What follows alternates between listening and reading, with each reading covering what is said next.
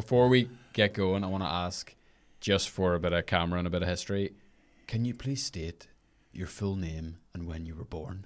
William Frank Allen, the 5th of the 8th, 1942, in London. Do the quick maths for me. What's 1942? You've just had a big birthday, have you? Well, 80, yes. Wow. Unbelievable. Yes. Well, thank you very much. I mean, you mean you? Yes. If you thought I was much older than that, then. Well, I think, you remember you used to work for a company for a long time and you would get a gold watch or something, wouldn't you? I feel like you should get something for turning 80. 80 is a pretty big achievement. Well, you do. You get something from the government.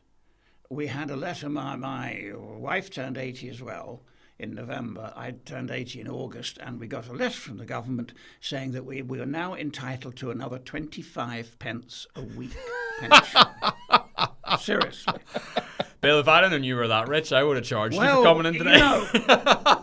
We don't know what to spend it on. We're just spoilt, But whoever sat at a desk and thought, what we'll do is when people turn 80, we'll give them another 25 pence a week. And they all said, that's a good idea, isn't it? Yeah, somebody voted yes. People must have discussed this, or possibly a computer did it. Well, I mean, it's clear that, you'll give the government full support now that they're taking such good care of you. Well, yes. That's obviously why they're doing it. They're buying your loyalty. Well, yes, and they're not giving us. If you listen to Stephen Nolan, do you? I've heard of him, yeah. Yes, our money and nobody cares about us here, and oh dear. Well, let me ask you this, okay? Yes. When you were a boy, yes, 75, 80 years ago, what would 25p have got you? If your granny or whoever it was that slipped you a bit of shrapnel, gave you 25p, what would you be doing? I remember being given 2 shillings, which is 10 pence today. And 2 shillings was quite good. You could get a couple of packets of sweets and things. I remember when sweets came off the ration after the end of the war, and we lived round the corner from a local Woolworths, and we went into Woolworths, and sweets had come off the ration, and the counters were piled high with Mars bars and all this stuff. And I believe now, I wouldn't swear to it, but do believe that the government had to put them back on the ration after a couple of months because everybody gorged or they sold out or. But a Mars bar then was about, I think, 5 old pence, which was, if you can work that out, it was, 12 pence to a shilling, 20 shillings to a pound. You're looking at the wrong people. Yes. The blank expression on these faces. Yes. Keep going. Yes. And so it was very. I can remember being on the bus in London and paying a penny halfpenny, or a penny was the cheapest half fare for a child. Right. A penny, Incredible. Old penny. Yeah. Which. So that's I won't say beer was tuppence a pint because I don't remember. People say what's tuppence now. People don't even know what tuppence is. I have no clue what tuppence is. No, but it's let 2 me ask pennies. you, 2 pennies. if you go, tuppence, that makes sense. 2 pennies. That's logical when you lay it out like that. Guess what threepence might be. I'm guessing it's 4. Oh, very close. Very close. We used to have a threepenny bit, a coin, a threepenny bit. Threepenny bit, yeah. Yes. Mum keeps telling me these things, When I would hear my great granny talk about old money, it sounded like she was speaking a foreign language. Yes. Yeah. It was very complicated. Yeah. I worked in pubs in slack periods, and adding up in the old money, I mean, £3.11 and 6 and all that, 17 and 9 halfpenny, Yeah. And I used to serve rounds of drinks, and I used to add them up once, and then if somebody came back for the identical round of drinks, I used to worry if I charged them the same price or not, because I couldn't add them up half the time. Now neither could they, luckily, but they often knew if the price was different the second time. Which one did you cheat me on? yes. But adding up in that was very difficult. Yeah. I mean, I'm a child of the metric system, so I'm spoiled. Like, anytime Yes. I even hear about, like, pounds and ounces and stones, I'm just Well, like... stones and pounds are still used here in boxing and most sports. I mean, the Americans still use pounds. They haven't changed. Yeah, Americans just use a bit of everything. And they still use miles. The Americans, as far as I know, they still use miles. But then it comes to sport, they've got yards and they've got all sorts of stuff. Because they would say clicks or kilometers, aren't they, in military speak? So they would say clicks. I don't know. When measuring in American military. And but horse racing, they still talk about furlongs. Yeah, and that's true. They still talk about nobody knows what a furlong is. I think it's a sixth of a mile. I wouldn't. A sixth of a mile? It's just so unnecessary. But this is horse racing, and that's a different world. It is a different world. Yeah, speaking about different languages, you get someone talking about horses, that's like, may as well speak Chinese to me. It just does not compute. Yes, and then the football experts who talk about space at the back and all this business, and he's not coming forward enough. And, you know, the triangle, and one of the coaches at the kids' football was shouting, "Attack the ball." Attack the ball, I thought that's a good thing, you know, for somebody who doesn't know much about it, to shout, "Attack the ball." It's good, simple. Isn't it? Yeah. Isn't it? So if we go back pre-Mars bars coming off the rations, yes. What's one of the first things that you can remember? Well, I claim I can remember. Now, I claim this. We lived in northwest London. We lived in Edgware during the war, which is just on the outskirts of London. Then I can remember we had a big steel table instead of an air raid shelter. I forget what they were called, but a big, huge, strong steel table. And the idea being in the event of an air raid, you all sat under the steel table. Under the table, yeah. And I can remember sitting under the steel table shelling peas with my mother. But as I recall, we sat under it not because we were about to be bombed, although there were bombs towards the end of the war, you know, the V2s and things. But I have a feeling that it wasn't because of the threat of bombs. It was just, you know, like children like to hide in things. So that's my first memory. Wow. So what else of the war was present in your childhood? Well, my late sister, she was 3 years older than I, and she claimed she could remember seeing the docks burning in East London from where we lived. Now, I disputed it with her. I said she was imagining it and she didn't see it. But no, though. And I certainly remember loads of bomb sites. That was a thing when I was growing up. There were bomb sites everywhere. And my parents would have talked about somebody having a good war, somebody who did well during the war or came out of the war well. Right. And for loads of people, I remember my parents talking about this, that it was the most exciting time of their lives. It was immensely exciting, you know. But in much later years, I said to my mother, as I was born in August 1942, "What on earth were you doing conceiving a child?" I know what she was doing. In December 1941, because historically we were on a hiding to nothing. Yeah. The Nazis were covering. We were beaten, according to everybody in the world. Practically, we were stuffed. Yeah. And I said, "What are you doing, bringing a child into the world in these terrible times?" And she said, "Oh, Mr. Churchill said it would be all right." Wow. So I don't know. I think she was. I mean, whether people did have that sort of confidence, but that I wish I'd spoken. We were talking about it, and I said I wish I'd spoken to more people who lived through the war about how they felt about their chances. Yes. Yeah. I mean, did you always think you were going to win? That's really I mean, and however bad I've said to you before, the troubles are now. In 1941, the massacres were starting in Europe, or had already started. Millions of people were going to gas chambers. I think that I just read a figure, about 60 million died in the Second World War. And yet we survived it all.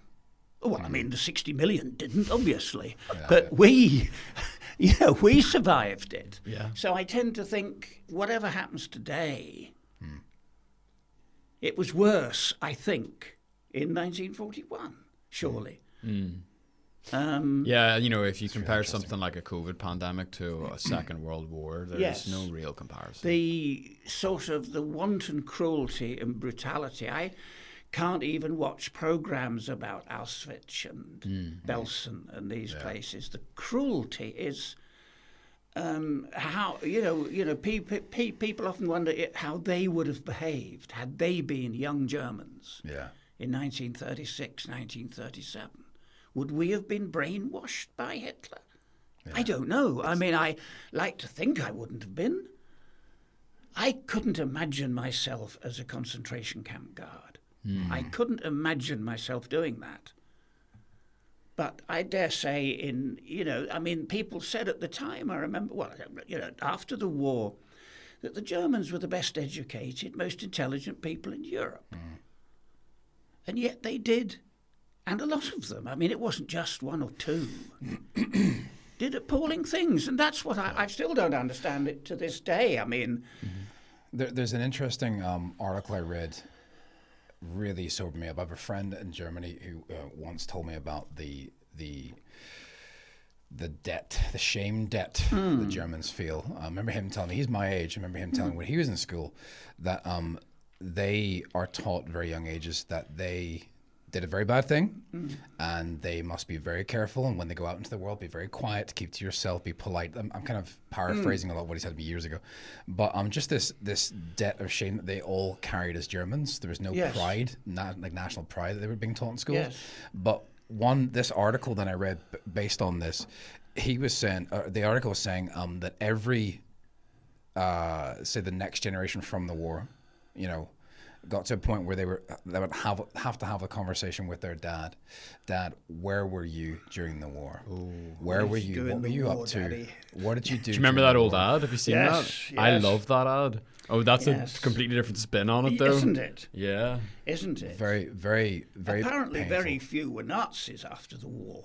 Yeah. After, yeah. After the war, Yes. Well, just the concept of that. Is yes. I don't know.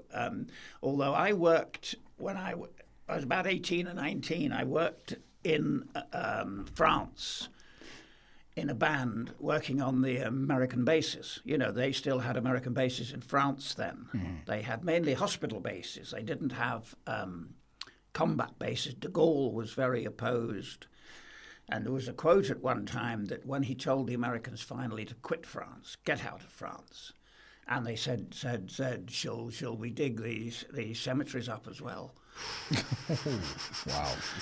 Which will we? Wow. Which. But anyway, that was a political thing at the time.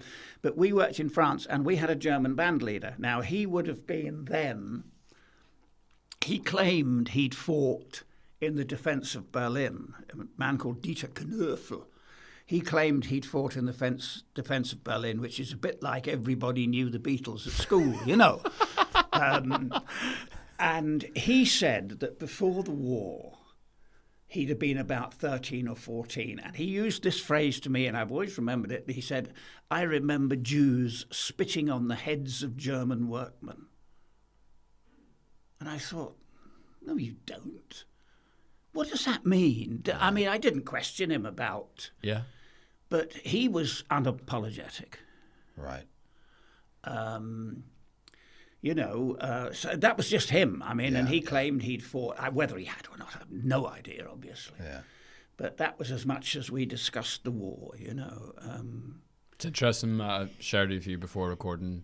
My wife's German. Yes. I agree with what you said, Sai. Like there's a real lack of patriotism. Well, patriotism. A lack of celebrating where you're from. The closest you'll get to national pride is maybe football? Just maybe in the World Cup. Yeah. Yes, in the football. Just about. Yes. You'll not really get it any other time. No, but I love that ad. What did you do in the war, Daddy? I haven't seen this ad. Yeah, do you want to tell Sai about it? Well, no. What was that for? I've forgotten what it was for. So I think it was a military recruitment campaign at the time. Oh yes. And it was this photograph, and it was a an older man who looks like a bit of like a granda, and he's got a wee girl on his knee, and the wee girl's like looking up at him and saying something like, "Where were you during the war?" or "What did you do during the war?" And it was to basically encourage people to sign up and not be cowards and take part and like. Was this a German campaign or no? It was a British one. Really? It was. Yeah. I can remember my mother talking to me. My father didn't really volunteer for the war. Now, as it turned out, he did have a bad heart, but at the time, we felt he rather, it's painful to say, he rather sort of dodged the bullet, and remained working in London rather than going away. Yeah. And he thought it would sort of better his career and so forth. He was a band leader. And when the people came back from the war, they tended to be favoured over those who hadn't gone. Yeah. Interesting. And my mother felt that hurt my father's career a bit. Mm-hmm. Oh, of course. Yeah, that he was regarded as not having gone.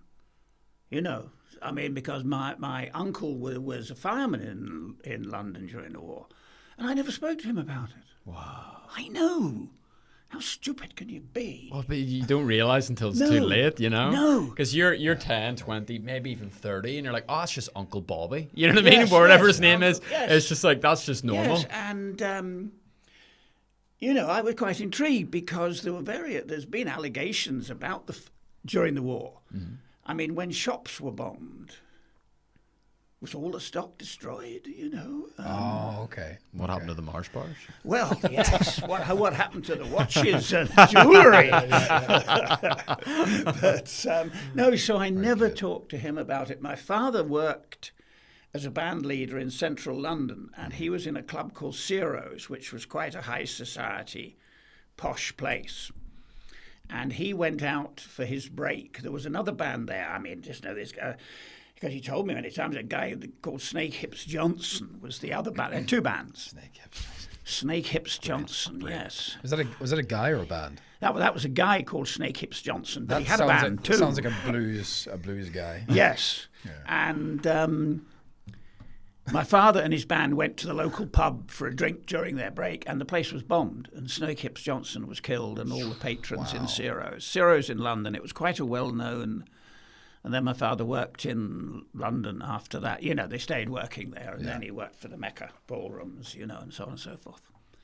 But so how did you get over here? Well, I was looking to change my direction. I'd worked in dance halls and entertainment centres. I didn't realise, I'd love to say I perceived that discotheques and things were dying, but I didn't at all. Because I only learned what a Mecca ballroom was, yes. I think 2 weeks ago. Yes. Yeah. Well, they were very popular at the time. Big business, And no, I just wanted to change. I thought I'd spend my whole life, or all my working life, trying to get people to drink more, because they all had bars. And the profit was your admission money. That's profit. Mm-hmm. And the bars, you're making 60%, whatever it is. And so I thought I'd like to do something more worthwhile. So I was going to join. I thought I was too old for the police. I was about 35 then. I'd like to have joined the police, but I felt I was too old. And also at the back of my mind, something my father said to me, who I said to you was in the police during the war. He said to me, don't join the police if you're not prepared to lie in court. Now, I don't know the... Wow. That's a whole... But that was his feeling. This was during, that's what he said to me anyway. Yeah. And that always bothered me a little bit. So I applied to join the prison service in England, but they weren't recruiting at the time because we were in desperate financial straits. Eyebrows, was the Chancellor, Dennis Healy. Who's the PM? Eyebrows. With the big bushy eyebrows. Might have been Harold Wilson, I think, at the time. So this was 1977. And we were in debt to the gnomes of Zurich they talked about at the time. Have you ever heard of the gnomes of Zurich? No, but it sounds awesome. Lord of the Rings kind of spin-off. I imagine dwarfs, like really rich dwarfs. And so we lived in Northern Ireland briefly. We'd lived in Bangor when my father was working at the Belfast Plaza, which was a Mecca ballroom. And I went to Bangor Grammar School briefly. Look at that. There was a plaza in Belfast, which among older people would have been quite well known, and so we'd been over here and lived in Bangor, very nice at the time. That would have been the 1950s, middle 1950s. It was very nice, seaside. That's it, yeah. Lovely place, And then, as I say, we came back to London then because my father finished in the Plaza Belfast, so we went back to London. So, and then I saw an advert in a magazine for the Northern Ireland Prison Service. So I thought they were recruiting because there was always money for Northern Ireland, And I thought, oh, that sounds jolly, and jolly.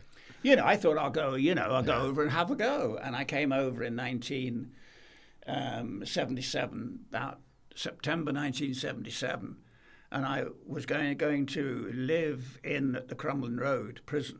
I lived in one of those little houses on the front. Yeah. And I walked from the docks to the Crumlin Road prison with my suitcase and waited and got in and went in. And that was it. And I joined up then, and I was going to leave in about 1982. The English were recruiting again, and I thought I might go back to England. But about that time, or 1981, they started shooting Northern Ireland prison officers. Now, I lived in, and I was absolutely safe if I didn't go out. I mean, I could never be shot. But the guys I was working with, mainly Northern Irish, who lived out, and I couldn't say to them, oh, I'm leaving, I mean, it was coincidental that people happened to get shot at the time I was thinking of leaving. Mm-hmm. But once they shot about 8 in a year, and I thought, I can't say to these guys I'm working with, oh, I'm away home, I'm running away. I mean, I was in no particular danger. Absolutely. It wasn't case, But it's a little bit like back to that, what did you do during the war, Daddy? Yes, it's like, what did you do during the shootings, Bill? Yes. Why did you feel just explain that to me. Why did you feel you couldn't? Well, I felt I felt it was running away. Yeah. Mm-hmm. And I didn't like, I thought maybe if it calms down, I'll go. And I came over to England, had the interviews, which I must confess weren't terribly strenuous. It's not a terribly high standard, I must say. If you have a limb on each corner, virtually you're in, much the same as here. But anyway, I turned it down, so I stayed in Northern Ireland. Right. Would you describe would there be a bit of a brotherhood in the prison service, like well, the same I think as so. Yes, there's a lot of black humour, and a lot of which in some way you could argue about this. In the banter was ferocious. I'm sure. Yeah. I mean, you could say anything to anybody. I mean, you could, you four-eyed little fat git and all, Yeah. among the staff, not with the prisoners, obviously. Yeah. But among the staff, you could say anything to anybody. And if they became annoyed, you had won. Yeah. That was a victory. Yeah. Oh, I got him. They were the lesser person. Yes, I got him to bite there, which is what I think they're complaining about a lot today, that this sort of ferocious banter. And some of the worst banter was the ones from Belfast against a guy from Ballymena. Of course. And saying he was thick and, did he have a flush toilet at home? And what really. an insult. What a burn. Bone there. Really. A man's thrown. Yes. And that was the most ferocious I saw, really, with this guy from Ballymena. I mean, there wasn't very much Catholic Protestant because there weren't many Catholics in the job because they tended to get killed. Mm. I mean, we had a great leader of ours, Paddy Joe Kerr, who was a great guy. He was a senior rank, and he was shot on the steps of Armagh Cathedral, coming out of Mass, holding hands with his children. And his head was blown over his son's. Oh. Now, that's absolutely true. You can check about 1983, I think it was. Now, he was very highly regarded in the prison service, although he was a practicing Catholic. I mean, that really didn't matter. It wasn't your religion, it was your sort of loyalty. that was and we still have a golf day now. Oh, fab. For Paddy Kerr. Wow. And we all go, and about 20, 25 turn up. And that's been going on since 1980. I think they started about 1985, but he was killed in 83, I think. And they killed Catholic prison officers, as they've tried to kill Catholic policemen, as you well know, to keep, so that, to me, in my opinion, so that they could claim the imbalance, Yeah. I want to go back slightly. Yeah. It's a very strange career move that you made. Well, from entertainment, I stopped drinking, you see. I used to be a big drinker, and I stopped drinking and realised I didn't want to work in that. I didn't mind the people drinking because I worked for Mecca dance halls, and they had a very strict staff no drinking policy, which was very good. Because I worked in a big place in Liverpool, the Grafton Rooms in Liverpool, the Gravy, they used to call it. And they used to have over 30s night on a Thursday that was universally known as Grab a Granny. And 30 years old! And they used to say if you couldn't cop off on Thursday night at the Gravy, there was something wrong with you, That's... But we would have big dance. We would have had maybe 10 or 15 supervisors, doormen, bouncers, and to keep them sober was always, you couldn't afford, even in those days, to have them drunk, So we had a very strict non-staff, non-drinking policy, which suited me fine because I'd stopped drinking. Right. But then I thought, all I'm trying to do, I just got bored with it, to be honest. So you've been sober for 50 years? Yeah. Yes. Did you have a problem with Big drinking? problem. Oh, big problem. From when I started drinking. Oh, really? When I was sort of 17 or 18. I joined a band when I was 18. I went off to a band. And the boys in the band said to me, look, there's no point saying you don't take drugs because everybody takes drugs, but there's certain rules, they said, best for yourself. Never inject anything. Don't take things to cure a hangover. What goes up must come down. And you've got to live with the down. Yeah. Once you it's not a modern thing, drugs, I mean, people have been taking drugs. So we used to take amphetamine. Yeah. And stay away. I don't know if you've taken amphetamine or it's quite effective for what it does. I can imagine. Yes, it keeps you awake, alert. Yeah. Right, let me go. Right, let's go, boys. Let's go. Yeah. But then I started drinking. I went to France then, as I said, to work for the American Army or for an agent for the American Army. And then I started drinking heavily now. And that is a fairly heavy drinking atmosphere, the American Army. All armies, I think. The American Army used to get paid once a month in cash in those days. And sometimes that would fall on a Friday. And the American Army was drunk on Saturday. I would argue the entire American Army and Air Force was drunk. If ever the Russians wanted to invade... It's our day off, guys. Come on. Yes. They got paid last night, a month's wages in cash. Some useful intelligence, isn't it? Very Yes, what we do. And we worked I believe this is true. We worked at a place called Metz on the German border, and they had fast jets that would fly over Russia and Turkey. And they said there that the pilots used to inhale pure oxygen to sober up. Now, I've heard that does work. I don't know. But so this was during the Cold War, and American pilots are flying fast jets. Now, what I don't know if they had nuclear weapons or anything, but they were flying.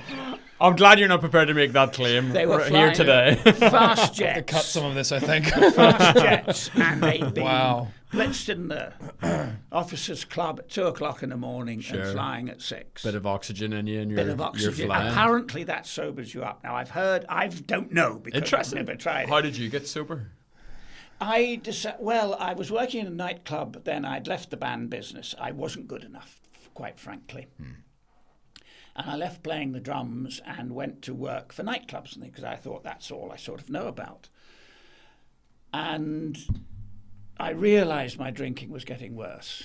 And I tried to stop and couldn't stop. Used to do all these things that people, I don't want to bore you with the whole alcoholic thing, but you try and cut down on whiskey and only drink beer or only drink wine, and then you get just as blitzed as you did before. And I met a girl I was quite fond of, and she said to me, "You have a drinking problem, you know." And I said, "Rubbish." I said, "I'm a bit of a lad, you know, I have a few." But she said, "You don't, you're stupid." And I went to AA, and in common with a lot of people, apparently, I said, "Oh, you can't do anything for me. I'm too bad. I'm too far gone." And they had a thing that I saw him, I always remember, I saw him on the Monday, and he said, "We can get you into hospital in Liverpool on Thursday." There was a specialist, had 5 or 6 beds in a hospital that he was allowed to use for AA. Now, it was quite easy to wean you off the physical addiction. You know, they could tablets and they can help you with that, but it's the psychological addiction, obviously, that why you drank in the first place. Why did you drink? Why you drink to excess. Did you get to the bottom of that? I think it just became a habit, and I don't really know. As my father wasn't a big drinker, I don't know. I just sort of fell into that. I didn't realise I was drinking. Now, looking back on it, I can think, God, you bloody fool. Do you think, you were saying about your dad, there was possibly a question over him for not going to the war? Yes. I don't want to use the word cowardice, but there was a question over him of, he was less celebrated than the guys who came back. Do you think any of that might have affected you carrying his name? I don't know. Were you a firstborn? No, second. My sister, The firstborn son? Late sister, yes, only son, yes. Yeah. As far as I know, but he was a bit of a womanizer. I do have a half-sister somewhere else who made contact with me. But, my parents divorced when I was 11. But I don't know. I've never thought about it like that. You never bullied in school or anything like that? No, I went to a Catholic school, funnily enough. My mother was Catholic. And we went to a Catholic school in London, and a lot of the pupils were Irish, London Irish, and most of their fathers hadn't been to the war. Right. Some had, of course, but most of them hadn't, as opposed to... so I didn't really know anybody at school whose father was killed in the war. And I remember thinking, there should be boys here. Yeah. Whose fathers were killed in the war, you know. Yeah. But that's a long time ago now. No, so I don't think... it's a bit like I would be very anti the adoration of John Wayne.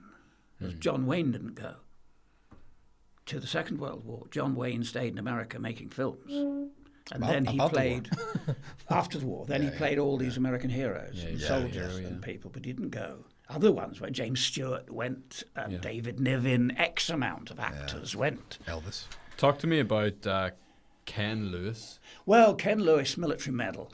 He joined the prison service at the same time as I did in 1977. He'd just finished 21 years in the Irish Guards. And he was the same age as I was. And he was a great influence on me because I was coming from a completely different atmosphere. As you said, a big change from the dance halls and things. And Ken was a very tough, he'd won a military medal in Aden. They'd been on an ambush, which is quite a good gong. It's not as somebody cruelly said, a toilet cleaner's gong. It's a courage gong, you know. It's only a couple down from a VC, and they were staking out an ambush, and they got ambushed. They didn't set the ambush very well, or it wasn't well done. He was a sergeant, and they got ambushed by the ones they were meant to be ambushing. You know, they were careless, and the officer who was in charge of them, a young lieutenant, collapsed in the corner and cried. They were in a sanger. His nerve went, And Ken took command of things and sussed it out and won the military medal for that. The officer stayed on in the regiment, but as somebody said, they put him in charge of the band or something. Yeah. But so no, he was a very interesting character. I noticed we were doing some PT and stuff, and his enthusiasm. He threw himself into the exercises, this army sort of background. And then there was an incident in the Maze prison. He ran, and I was one of his helpers, a committal wing, because most of the prisoners would have been on remand in Belfast, remanded in custody. Then they got sentenced, and then 2 or 3 days later they would come to the Maze to start their sentences, whatever they'd got. And the Shankill Butchers were coming in, who were quite a well-known gang. You've heard of them, I suppose, yeah.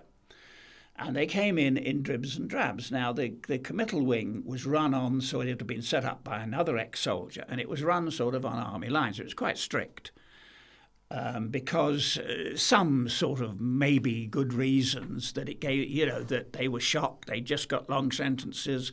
There wasn't much for them to do, so we set up little routines of polishing stuff and cleaning stuff, more to get them out of the cells and get them mixing and, just to try and start them on their sort of long sentences, many of them.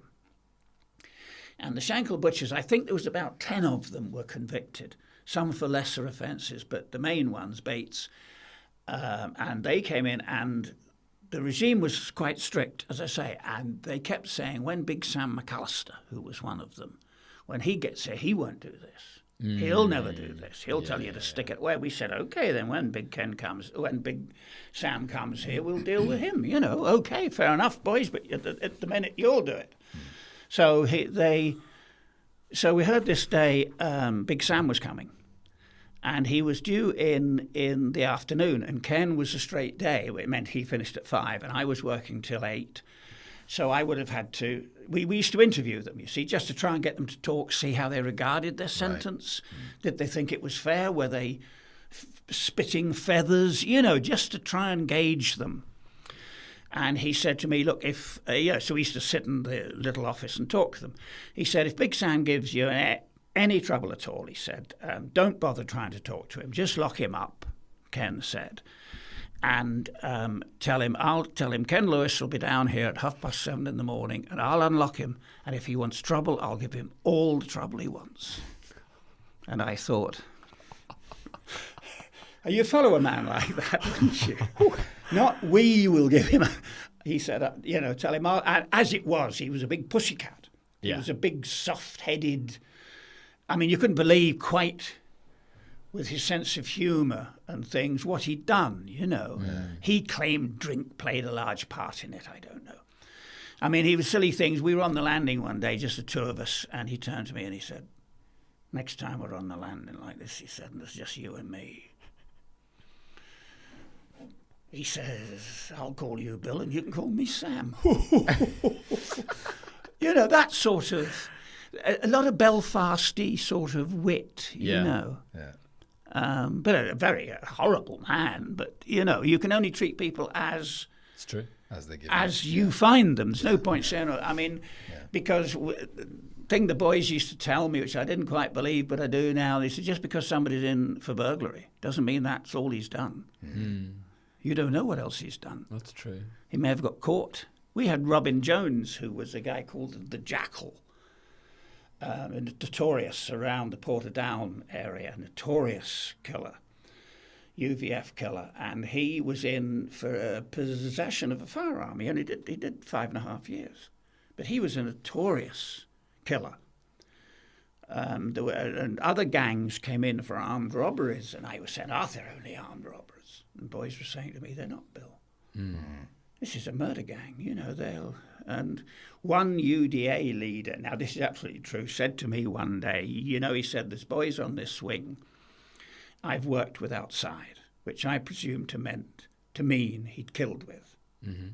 He said, there's boys on this wing I've worked with outside, Bill. He said, they would cut your throat at 7:00 tonight and be fast asleep at 8. Mm. He said it wouldn't fizz on them. Interesting. And I said, ooh, don't do that. You wouldn't, would you really?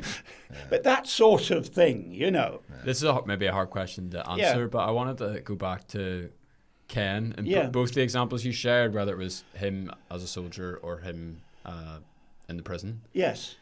Why is it that you think, as someone who's been in a lot of tense situations, right, through your work, why do some men crack and why do some men rise to the challenge? I've no idea. Why does one guy burst into tears and the other guy runs towards the gunshots? I've no idea. I mean, whether it's... I think a great fear was being thought of a coward by your colleagues, but that it would be a slightly different situation. Ken saying that to me was an indication to me of his inner strength, that he would deal with it. Not the system will deal with it. I will deal with this guy. As I say, if you want trouble, I'll give you all the trouble you want. Now, come on out. Personal responsibility. Yes. I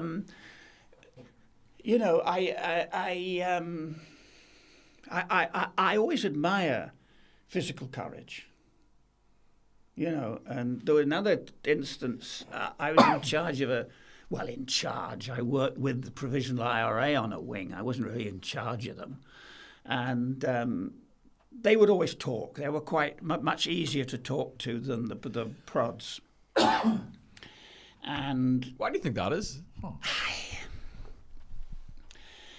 I don't know. Some of the prods would talk to you. I shouldn't generalize like that. It's very sectarian. Oh my! I'm so offended. Yes, no.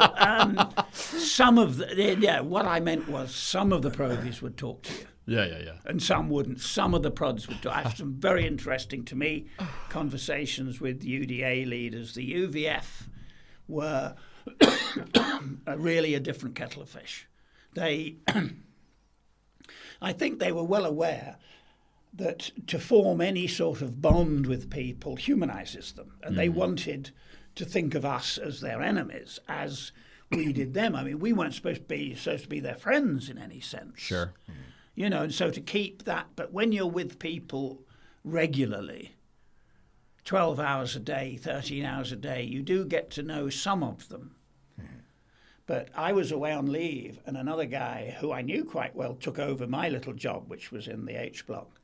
And when I came back, one of the provosts said to me, "Oh, hello, Bill." I said, "Yes." He said, "That wee man who was in your place." I said, "Oh, aye." He said, "Yeah." He said, "He's frightened of us, I said, "Is he?" And I took that as a great compliment. As a compliment, yeah. As you should. Yeah. Well, I think so, or you're just stupid, But, because, they were frightening people, but they weren't going to, if they were told to kill you, I felt they would kill you. But they, as I mentioned before, they killed staff in the early 80s. And then they stopped doing it because it didn't get them anywhere. Not because they liked us, but it didn't get them anywhere. So this is kind of shifting gears slightly, but I love the quote that you sent through, and it's a George Orwell quote, yes. Right? And I'll just read it so I'll not butcher, the mighty Orwell. People sleep peacefully in their beds at night only because rough men stand ready to do violence on their behalf. Yes. Talk to me about that. Well, I think it's so true. And I quite like a lot of Kipling. It's Tommy this and Tommy that and chuck him out the brute. And Tommy till the guns begin to shoot. You do need, and the problem, I'm very interested in the army. I didn't go in the army, but I've always been very interested in it. And the problem, this is why the discipline has to be so strict a majority of the time. A lot of them are rough men. And you do need rough men on occasions. The parachute regiment is a sort of classic example, but you have to keep them disciplined, otherwise they become a gang of criminals. Yeah. But I do think that's very, very true. And then when people bleat about excessive force or whatever, it's very hard. I think the parachute regiment, I think, are a good example. I was born in 95, so I'm a child of the Good Friday Agreement. I've grown up in times of peace. I've never known like violence on a wide scale, on a large scale. And the kind of drumbeat of our generation, our schooling, has been violence is never the answer. Violence is never the answer. It is. And my friend said to me the other day, well, actually, there comes to a point where violence is the answer. Absolutely. And it's bedded into our society. It says, if I turned on you right now and I started wrecking your house and threatening your family, and you yourself couldn't subdue me, what would you do? Yes. I'd say, well, I'd like to think I could subdue you, but if we put that to the side, well, I would call the police. It says, okay, well, you're calling for violence. Yes. That's what you're calling for in that moment as a solution to the problem. Absolutely. One of the great, his name's gone out of my head now, philosophers said that war is a dreadful thing, but not having the moral courage to go to war when you should is even worse. And I think Russia, the thing, is an example today. How long do we let Russia do what it's doing? Just let them carry on? So what? They're bombing people, and what do we do? I don't know. Do we risk another nuclear war? Would they back down? But not having, to me, it's a lack of moral courage when the United Nations are sitting in Sharm el-Sheikh talking about the weather, and the Russians are bombing all around. I assume the Russians are the bad guys in this. I mean, I haven't heard anything to suggest that they're not. I mean, I'm always interested in the other side of the story, but I don't think there is another side of the story, as there wasn't with Germany. There wasn't a good side of Hitler, I don't think. But so, I mean, do we lack the moral courage today? I don't agree that violence is never the answer. Of course it is. It was the answer in 1938. Whether it was the answer in 1914 is another matter. You could have a whole historical debate about the First World War. But no, so I don't agree with that. And violence, or the threat of violence, can be a major factor. Would you describe yourself as a man of faith? No, absolutely not. What did you see inside prison in terms of people at the end of themselves? The majority sentiment I found in prison was self-pity. It's not my fault. I shouldn't be here. They made me do it. Very few said I did it, and I'm responsible. It was the troubles, it was political pressure, it was temporary insanity. But self-pity, I remember thinking, was the overweening. Very few said I did it and I must pay for it. And we used to have a talk. I used to talk to all sides about this, and I used to say, if there was a magic court in the sky and you could go back and be tried for what you've done, everything you've done, or keep the sentence you've got, which would you prefer?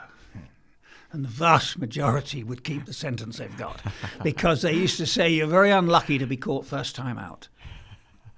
Anybody who says this was my first burglary, it may be true, possibly, obviously. But more than likely, as I said, just because somebody's a burglar, that doesn't mean to say he hasn't killed people. Is there a thread, or was there a thread that you saw in it's a really broad brush, but in the types of men that end up inside? Well, there were very few from Malone, they said.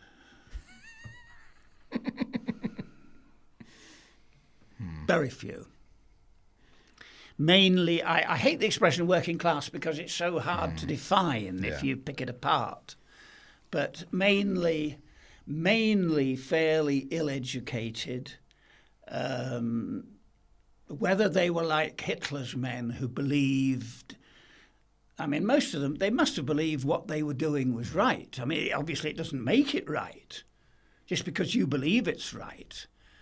But they're mainly ill-educated, a lot of family and big families, and I always remember one who'd been in for a long time, and he went home on home leave in would have been about 1992 or 93. He'd been in for probably 12 years or 15 years, and he was from Londonderry. And he went home and he said, you wouldn't believe it. He said, I don't believe it. He said, everybody's got TVs and cars and carpet.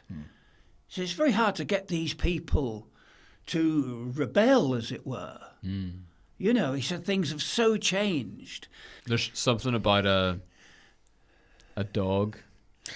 In Belfast prison, when it was built, they didn't have dogs or anything, you know. And then when dogs were introduced, I don't know when that was, but comparatively recently, for the dogs to do their business in, they dug a big pit and filled it with sand.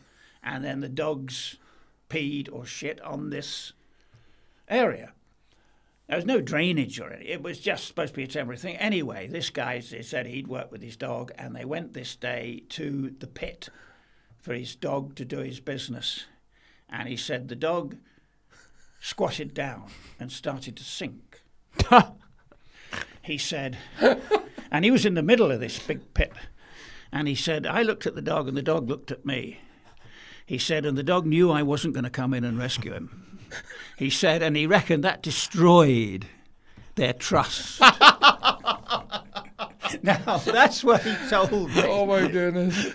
He said, we looked at each other. That's my favorite part. I thought, you're by yourself here, mate. Yeah, If you yeah. sink down into that, I'm not diving in there head first to pull you out. Now, that's what he said. Now, It's just that moment Yes.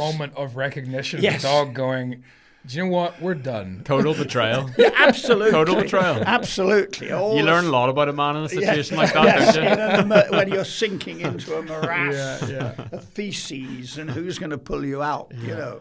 So that was my goodness. the dog story. Oh, my goodness. And the other dog story was the tunnel. The Provies, it was the Provies built a tunnel. And they'd got about halfway in this lunatic tunnel. They should never have been. Luckily, I wasn't in the block where they built it. But they built this tunnel, and then a guy was on nights with a dog, and it was rough ground, and the dog was indicating that there was something there. And he had the self-confidence in the middle of the night, which you can imagine, to ring our control room and say, look, there's something wrong here. You need to get a digger in first thing in the morning. And they were sort of talking about. My goodness, what intuition's that? Yeah. You can't dig tunnel. You know, we thought the floodplain was too high, and also which it wasn't. But don't be daft. The dog smelled it. No, he says my dog is indicating that there's something serious here. There's something wrong, and I trust the dog implicitly. And they got the digger in, and dug up and found the tunnel. Yeah. So, I mean, I thought that was... So this is something I learned from Neil Powell, who'll be a guest of ours soon as well. Neil Powell, the dog handler. He said, if you read his book, Search Dogs and Me, I think I might have given you a copy. The dog is always right. The dog is always right. We're the ones who get it wrong. Well, I heard of those American customs things. And a dog was indicating with this van that there was something on it in America. And they searched the van and couldn't find anything. And they said to the driver, what do you normally do? He said, I do deliveries for a butcher. And they said, oh. And they said, don't forget, he's still a dog. Yeah. He's only a dog. He had an agenda. No, he was right. There was something there he could smell, you know. And he said, you mustn't forget he's a dog, you know. And the butcher stuffed. Why do you dislike certainty? Well, because there isn't any. Thanks for coming today. That's the end of the podcast. I mean, I heard somebody say the other day, the future of the assembly is uncertain. Well, of course it's bloody uncertain. Everything's uncertain. Will you be sitting in that chair in the morning? You hope so. I don't know. No, exactly. So what are you certain about? I mean, who is it said about certainty? Bertrand Russell. Right. Said about certainty. I've got the phrase uncertainty principle. Is that well? the same? Is that the you know, topic? he said people are often certain about things for which there's no evidence and no, you know. Somebody said if who was an unbeliever, if they died and went to heaven, and God said, well, what have you got to say now? And he said, lack of evidence. You know, there wasn't enough evidence. Would the Lord prefer, if there is one, unquestioning obedience with threats of punishment, or would he prefer reasoned logic? I don't know, I mean, as I say, I don't believe in a God, but... There's one thing for certain, though. You'll find out one way or another. Well, yes. As we all will. Well, sooner than you, probably. I hope so. I hope so, too. When you get to 80... Yes. How do you start to think about things like death and the end and legacy and things like that? Well, legacy is a different thing, I think. I mean, what you've done with your life. I mean, I regret the years I was alcoholic. A complete waste of time. And that I regret. I mean, looking back now, that was a waste of time. Part of the 12 steps, which I think is very, very good. I like AA, except for the business of a higher power. I don't think there's a higher power. I've never seen, never, anyway. And you try and make reparation to the people you've hurt and offended through your drinking. And regret is the most futile of emotions, they say.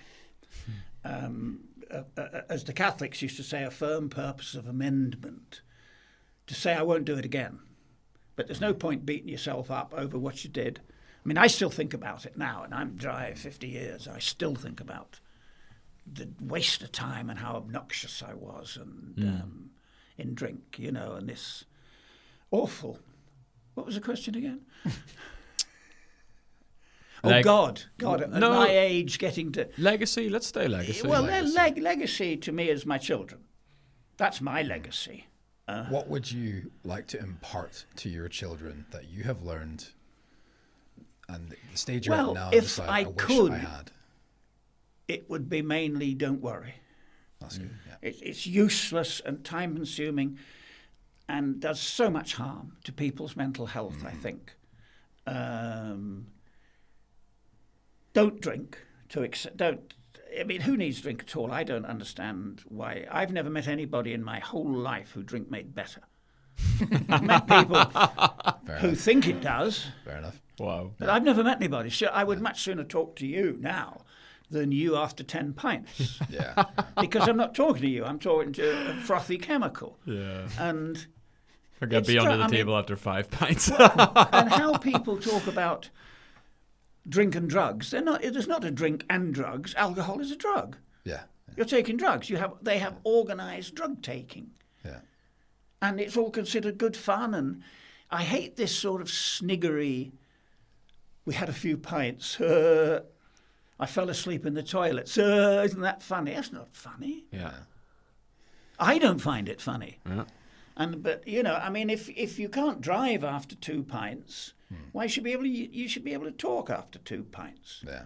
You obviously, it hasn't increased your intelligence level. If you could take anybody out for, what did you have, a latte? For a cup of coffee, a latte, who would you take? This is dead or alive. Well, it sounds awful corny. My wee wife. That's a great answer. It's awful corny, that. I think that's probably the correct answer to that question. No, you have won the prize, everybody, ladies and gentlemen. Some falls down from the ceiling. Your wife's out here. We bring her in. Yay! But there's apart from immediate family. Yeah. Then yes, out of history or. I suppose. I like the wife answer. That's a good answer. I suppose Churchill probably. I think he led an extraordinarily interesting life through turbulent times, and probably Churchill or Queenie, actually. Mm-hmm.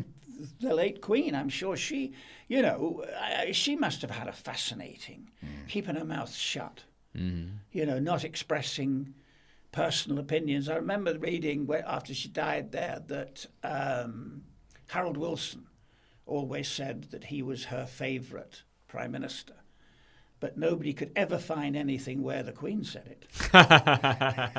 The Queen never expressed any opinion that anybody can find of who was her favourite or what she thought about. And I thought she did a super job staying, So probably, yes, Churchill. Churchill and the Queen. Final question then. Yes. If you could go back in time to an 18-year-old version of yourself, and you had a couple of minutes of that young man's time, Yes. what would you say to him? Don't bloody drink. Bill, thank you. Thank you very much. Appreciate it. Loved it. Finally, glad to get you in here. Thank you so much. Awesome. Well, I hope that's of some interest to you. Oh, it's a lot of it. It's quite enjoyable talking about yourself. It's never really unpleasant. Yeah, it's a nice thing, isn't it? Isn't it? Yeah. Yes, where are you going now? I'm going to talk about myself. Oh, because nobody else wants. My grandson There's the won't TikTok listen right to me. there. It's lovely talking about yourself.